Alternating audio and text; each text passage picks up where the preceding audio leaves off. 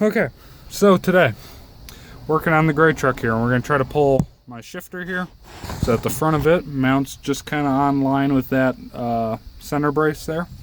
The reasoning behind doing that is because now that I got the dash in the truck, my clearance between the top of my shifter ball and my dash is very close, and I also want to add a center console of sorts up front here, kind of where the CB's at, so I can have some cup holders and so on, maybe some more switches, definitely some more gauges.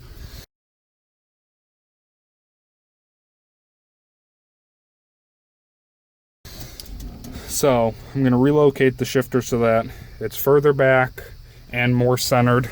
It should be more comfortable for shifting and require less reaching for shifting, so let's make it happen.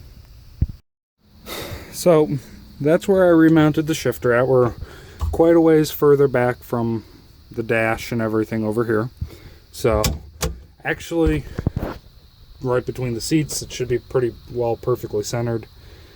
I don't have enough time to really make a brace for back here for something to sit on, but I do have 4 pop rivets around the front from here forward, and it's on there pretty good, so I think it can withstand anything I need to do with it, because come on, if this wasn't going to be good enough, they would have put more holes in it from the factory. They only had 4. I'm using 4. I just got them in a slightly different location, but even down here way back at the tail, it's pretty stiff, so it's good enough for what I'm doing. Eventually I want to build a new center console that's made out of metal and actually looks good on here, not just some cheap plastic crap that came with the shifter. And I gotta cover up all the Swiss cheese I've made over time.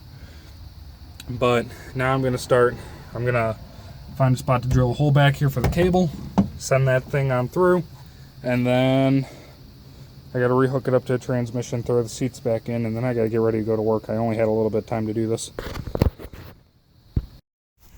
So, I got everything back together here. This is where I want the shifter. This is where I like it. Now I got all kinds of room up here that I can do stuff with. And seats back in. Everything's all together except for one thing. I dropped one of the nuts for the shifter cable on the transmission end somewhere between these 2 speakers, and I cannot find it for the life of me. Might be able to pick up a new nut at work, but it's a pretty small nut and it's a nylock, and I'd really like to keep a nylock on there if I can. So I'm going to keep looking. And that's all I got for you today. I know it was a little short one, but it's something. So thanks for watching. So that wasn't the end of the video, because after driving to and from work, I've realized that I put this thing way too far back. I needed 3 more inches forward, 3.5. So I'm going to pull the front of it up to that line. It's going to be a little tough to mount it because there's no real flat spots right there, but that's where I'm going to pull it up to that line, see if it's comfy, go through the gears. Hopefully I'll like it, because I really don't want to pop a crap ton more holes just for this in the floor. This time I'm going to try to do it without taking my seat out. And no, I have not found the missing nut yet, so I guess that one's going to be a while probably, but it worked good without it for today so far, so I might be able to kind of get away without it, but not something I want to do indefinitely. So now we're going to get to work. Alright, readjusted, reset, nice and sturdy. This time I'm only held on by 3 out of 4 pop rivets, and they're not necessarily spaced out very well, but this only needs to be permanent enough to last until I buy some metal and actually find time and probably own a welder and 10 more years.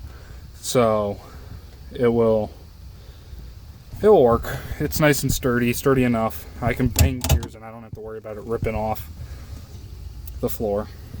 I managed to reuse the hole that I drilled last time, which makes me happy because I really didn't want to put another 3/4 inch, or what is this, 7/8 hole in my floor. It was not something I wanted to do. It's bad enough I have one right next to that pop rivet to begin with. So I think what I'm going to do now is just go through and put a pop rivet in all these holes just to kind of help fill them up a little bit so that they're just not open.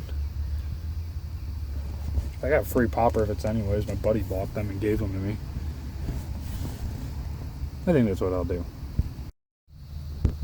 Well, I did it. Filled every single one of these holes with a pop rivet.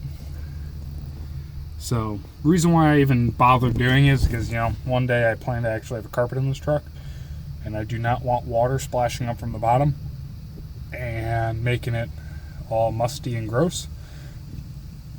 Also, I'm going to be probably like putting some caulk around all the seams, and then just for even more added protection, I think I'm going to throw a layer of plastic at the very least over top of this center section here, so that it, if a little bit does leak in, you know, it won't get onto the carpet.